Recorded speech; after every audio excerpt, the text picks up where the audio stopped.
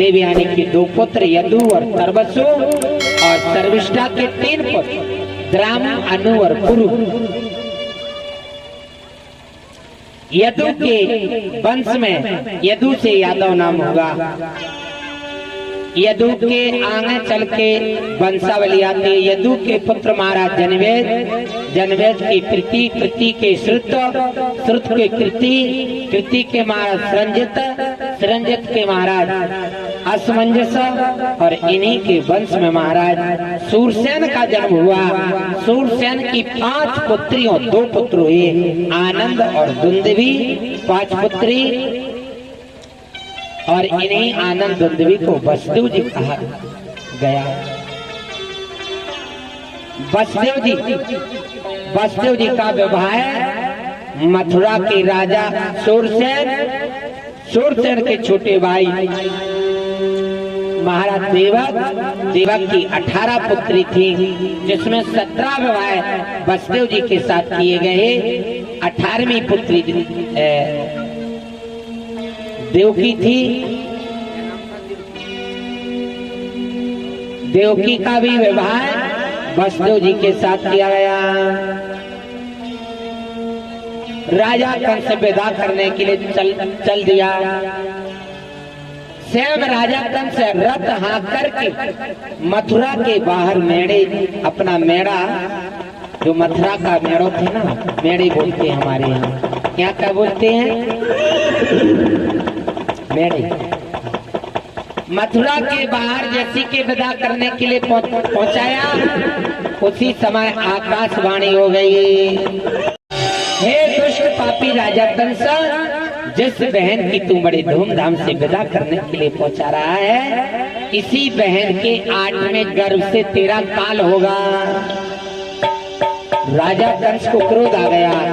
देवकी की चोटी पकड़ के रथ से नीचे फेंक दिया और खड़ग हाथ में लेकर के जैसे कि मारने चाहा, वसुदेव जी ने हाथ पकड़ लिया। हे राजा, जो सच्चे राजा होते हैं वो कभी स्त्री पर प्रहार नहीं करते हैं। अगर आपको 8वें बालक से भय है तो हम दोनों को आप कारागृह में बंद कर दीजिए। 1 से लेके 8 तक पुत्र होंगे और हम आपको देते जाएंगे, आप मारते जाना। राजा कंस ने वसुदेव और देवकी को पकड़ के 7 गेट के अंदर डाल दिया। हथकड़ी बेड़ी डाल दी। राजा परीक्षित ने पूछा, हे गुरुदेव, ये बताइए, ये तो भाई था राजा कंस, लेकिन बहन को इतनी बड़ी ताड़ना क्यों दी? ये किसका पुत्र है? राजा उग्रसेन का पुत्र नहीं है। राजा कंस के बारे में बताया गया। उग्रसेन की पत्नी का नाम था पवन रेखा। एक दिन पवन रेखा ने अपने पति उग्रसेन से कहा, हे पतिदेव, मैं बाग घूमने के लिए जा रही हूँ। उग्रसेन ने आदेश दिया, जाओ आप बाग घूमे आओ। सहेलियों के साथ रथ में बैठकर के बाग घूमने के लिए गई। उस बाग में ध्रुव नामक राक्षस रहता था, काल नाम राक्षस। देखा उग्रसेन की पत्नी है तो उस राक्षस ने उग्रसेन का स्वरूप बना लिया। पवन रेखा से कहा, हमारे साथ आप मिलन कीजिए। पवन रेखा ने कहा, आपको मैं घर पर छोड़ के आई हूँ, आप इस बाग में क्यों आ गए हो? कहने लगी, हमारी आकांक्षा थी इसलिए मैं आया हूँ।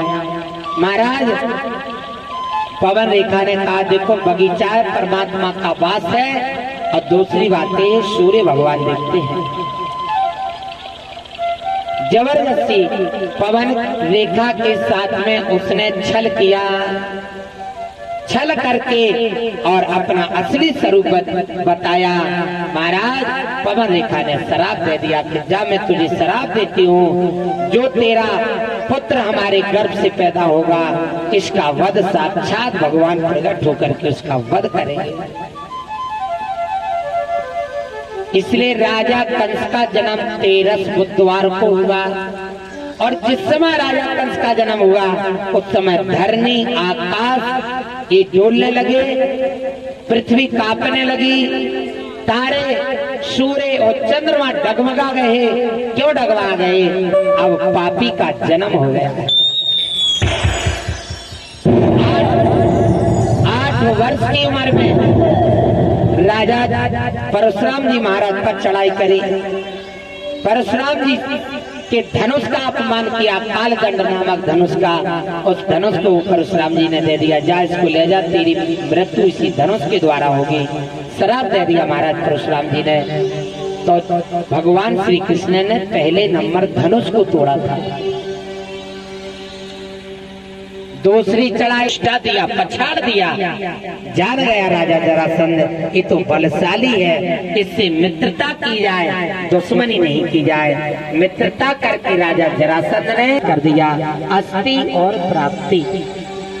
राजा कंस की 2 पुत्री, जरासंध की दोनों पुत्री हैं, दोनों का विवाह राजा कंस के साथ कर दिया। ये सुखदेव जी महाराज बता रहे हैं, ये उग्रसेन का पुत्र नहीं, एक काल ने राक्षस का पुत्र था, इसलिए उसने अपनी बहन को ताड़ना दी, बहनों को ताड़ना दी है। अब तो महाराज जी पृथ्वी गौ का रूप बना करके राजा इंद्र के शरण में चले गए। भगवान अवश्य ही आए।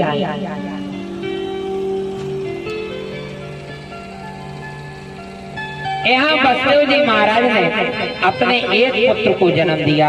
देवकी ने अपने गर्भ से पहले पुत्र को जन्म दिए। पुत्र को लेकर के रानी, मुझे पहले बालक से कोई भय नहीं, मुझसे भय है। रुक जाओ भैया, जनक जन्म तो मना ही लो भगवान को, 10 मिनट में करेंगे।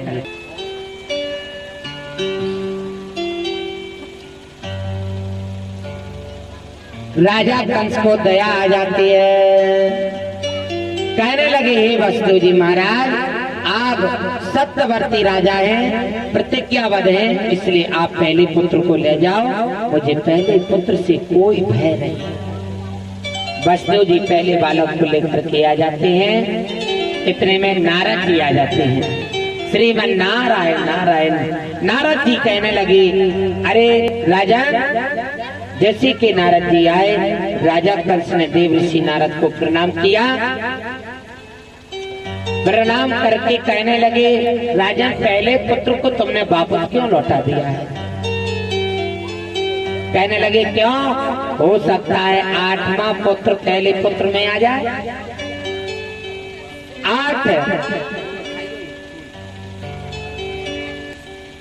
8 पंखुड़ी वाला एक कमल का फूल लिए थे महाराज। 8 पंखुड़ी का कमल का फूल लिए थे। देवर्षि नारद जी ने 8वां पंखुड़ी गिनवाई। बोले महाराज गिनो इधर से, 1 2 3 4 5 6 7 8। अब उल्टा गिनो, 1 2 3 4 5 6 7 8। बोले कहने लगे 8वीं पहली और पहली भी 8वीं, हो सकता है 8वां भी बालक के रूप में आ जाए। अब तो राजा कंस और डर जाता है, दौड़ के जाता है जिन में, और देवकी के हाथ से पहले बालक को लेकर के जमीन से मार देता है। महाराज पहला पुत्र खत्म हो जाता है।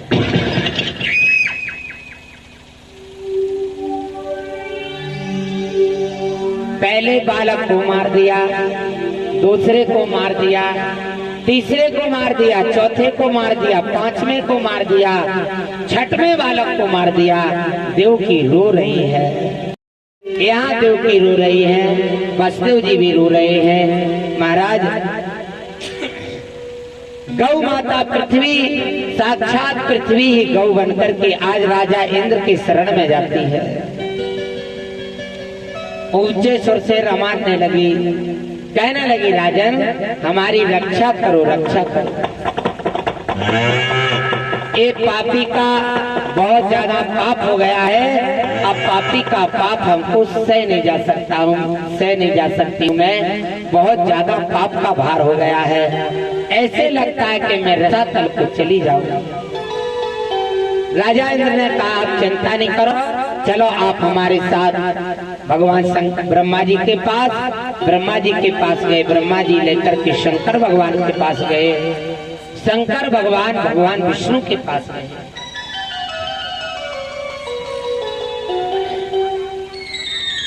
भगवान श्री हरि विष्णु ने कहा कि मैं भगवान नहीं, एक और कोई दूसरा भगवान है, चलो वहां भी चलते हैं। भगवान शंकर जी, ब्रह्मा जी, इंद्र, सारे देवी देवता कह रहे हैं प्रभु हम सब तो आपको ही भगवान मानते हैं, पर दूसरा कौन भगवान है? विष्णु जी ने कहा चलो हमारे साथ। आकाश के ऊपर जल लोग, महलोक, सिद्धलोक, तपलोक, यमलोक, यमलोक से ऊपर ब्रह्मलोक, ब्रह्मलोक से ऊपर ध्रुवलोक, ध्रुवलोक से ऊपर गौलोक।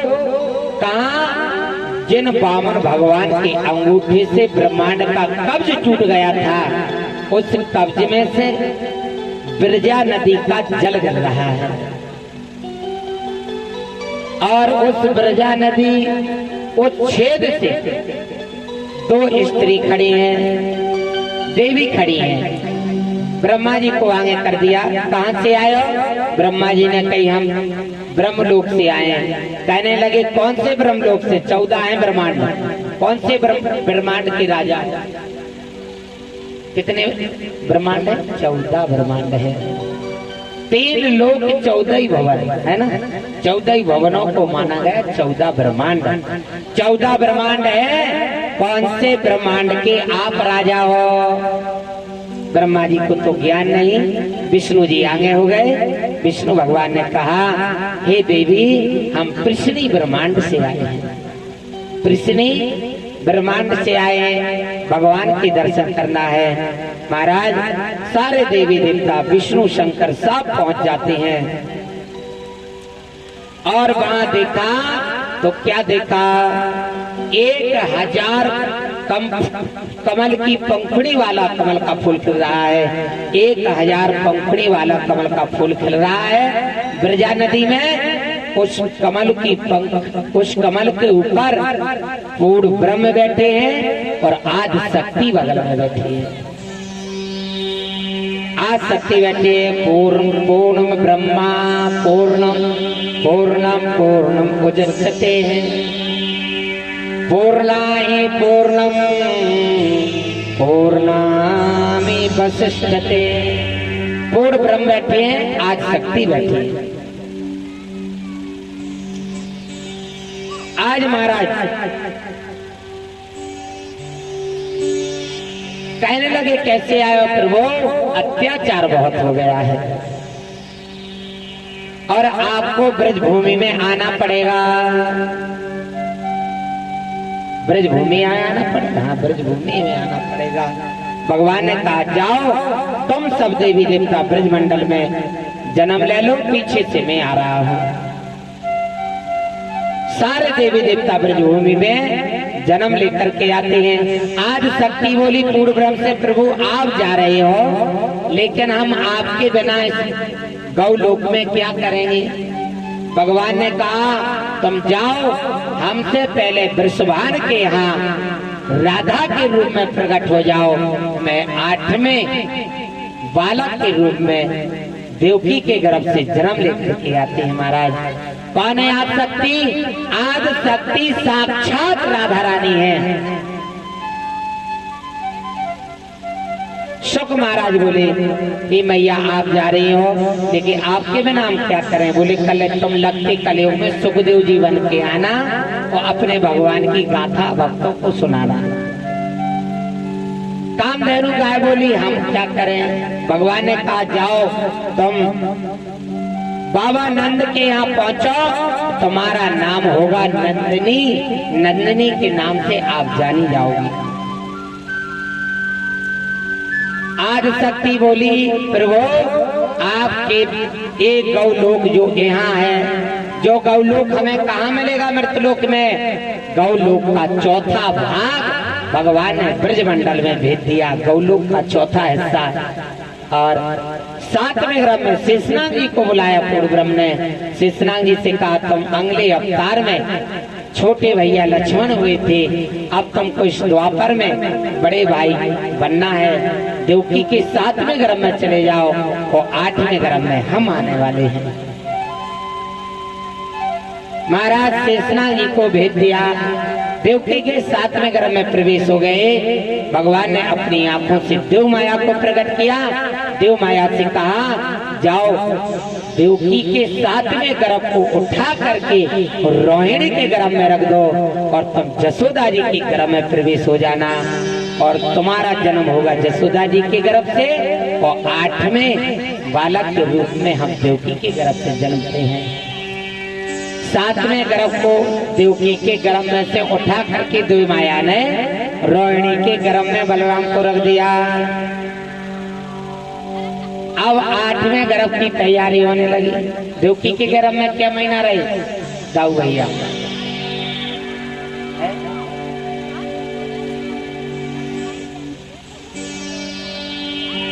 देवकी के गर्भ में दाऊ भैया रहे 6 महीना।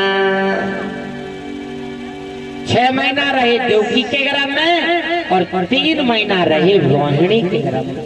6 और 3 9 भाई 9 महीना बाद बालक को जन्म होता है।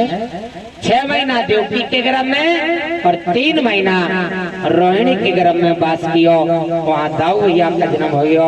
राजा कंस प्रसन्न हो गया कि अरे हमारे डर से देवकी का 7वां गर्भ नष्ट हो गया है। 7वां गर्भ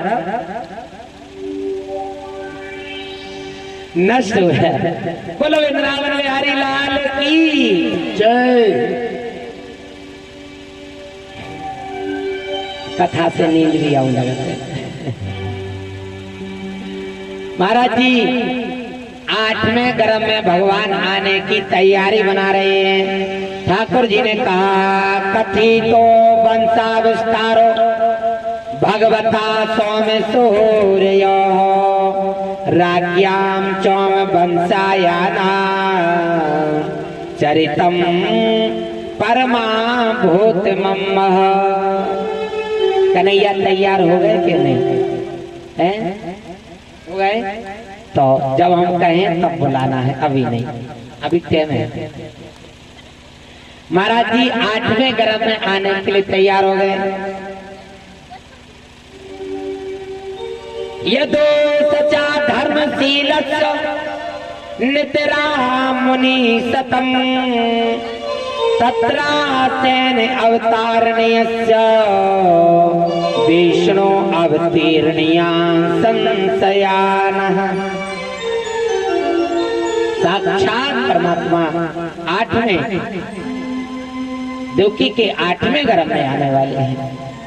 भगवान लाल गोला बन करके प्रकट हुए और कहने लगे हे वस्तु हे देवकी देखो मैं आपके गर्भ में आने वाला हूं। लाल गोला के रूप में भगवान सामने प्रकट हुए।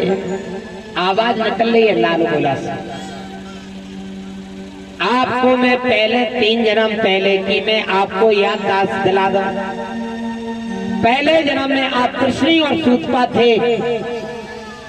पहले जन्म में आप कृष्णी और सूतपा थे। आपने तपस्या करी थी। आपको मैंने वरदान दिया था कि जाओ हम 3 जन्म तक आपके यहाँ अवतार लेके आए। और दूसरे जन्म में आप कश्यप और दिति हुए, इसलिए हम 52 रूप में आए। तीसरे जन्म में आप दशरथ और कौशल्या हुए राम रूप में आए और अब की जन्म में मैं कृष्ण अवतार लेकर के आ रहा हूं।